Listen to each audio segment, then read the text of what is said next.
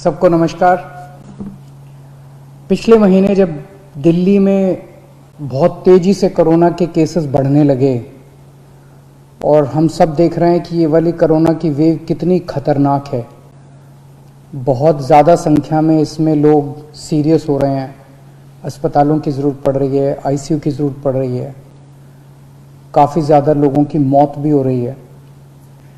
तो 20 अप्रैल को मजबूरी में हमें दिल्ली में लॉकडाउन लगाना पड़ा था। केसेस लगातार बढ़ते जा रहे थे। लॉकडाउन लगाने की वजह से और भी अन्य कई कारणों की वजह से 26 अप्रैल को आके 35% पॉजिटिविटी रेट बढ़ गया था। 35% बहुत ज़्यादा होता है, मतलब 100 लोगों का अगर हम टेस्ट करते थे तो 35 लोग उसमें पॉजिटिव निकलते थे।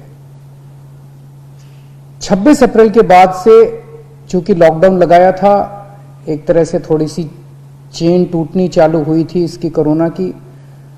26 अप्रैल के बाद से धीरे धीरे केसेस कम होने चालू हुए और अब पिछले 1-2 दिन के अंदर 23%, 35% से 23% पॉजिटिविटी रेशियो आ गया है।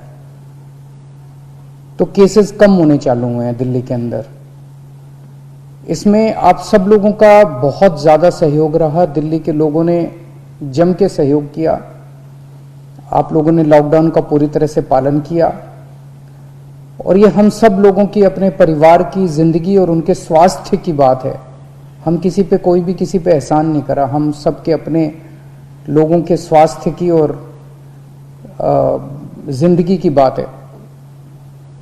इस लॉकडाउन के पीरियड को हमने संसाधन, हेल्थ इंफ्रास्ट्रक्चर को और मजबूत करने के लिए इस्तेमाल किया। कई जगह नए ऑक्सीजन बेड्स तैयार किए गए। सबसे बड़ी दिक्कत दिल्ली में ऑक्सीजन की आई है। नॉर्मल टाइम में जितनी ऑक्सीजन चाहिए होती है अस्पतालों में, उससे कई गुना ऑक्सीजन की जरूरत पड़ने लगी, क्योंकि अब जितने भी मरीज आते थे कोरोना में उन सबको ऑक्सीजन की जरूरत थी। तो कई गुना ऑक्सीजन की जरूरत अचानक पड़ने लगी। पिछले कुछ दिनों में केंद्र सरकार के साथ मिलके और हाई कोर्ट और सुप्रीम कोर्ट के आदेशों से, केंद्र सरकार के सहयोग से अब ऑक्सीजन की स्थिति दिल्ली के अंदर काफी सुधरी है पिछले कुछ दिनों में। अब इस तरह की बातें सुनने को नहीं मिलती कि इस अस्पताल में 2 घंटे की ऑक्सीजन रह गई, उस अस्पताल में आधे घंटे की ऑक्सीजन रह गई, यहाँ पे किसी की ऑक्सीजन से मौत हो सकती है। अब इस तरह की बातें सुनने को नहीं मिल रही है। तो इस लॉकडाउन के पीरियड को हमने अपने सिस्टम को भी सुधारने में काफी प्रयास किए। पिछले कुछ दिनों से वैक्सीन को भी बड़ी तेजी के साथ वैक्सीनेशन का कार्यक्रम शुरू किया गया है। आप में से जितने लोगों ने वैक्सीन लगवाया उन्होंने देखा होगा कि दिल्ली सरकार ने जो स्कूलों में इंतजाम किए हैं वो कितने शानदार इंतजाम किए हैं। सब लोग इसकी तारीफ कर रहे हैं, सब लोगों को अच्छा लग रहा है। हमारे युवा बढ़ चढ़ के वैक्सीन लगवा रहे हैं। यहाँ तक कि दिल्ली के आसपास के इलाकों से भी लोग दिल्ली में आके वैक्सीन लगवा रहे हैं। वैक्सीन के स्टॉक की कमी है, इसमें हमने केंद्र सरकार से सहयोग मांगा है। मुझे पूरी उम्मीद है जैसे केंद्र सरकार अन्य बातों पर भी सहयोग करती रही है, इसमें भी हमारा पूरा सहयोग करेगी।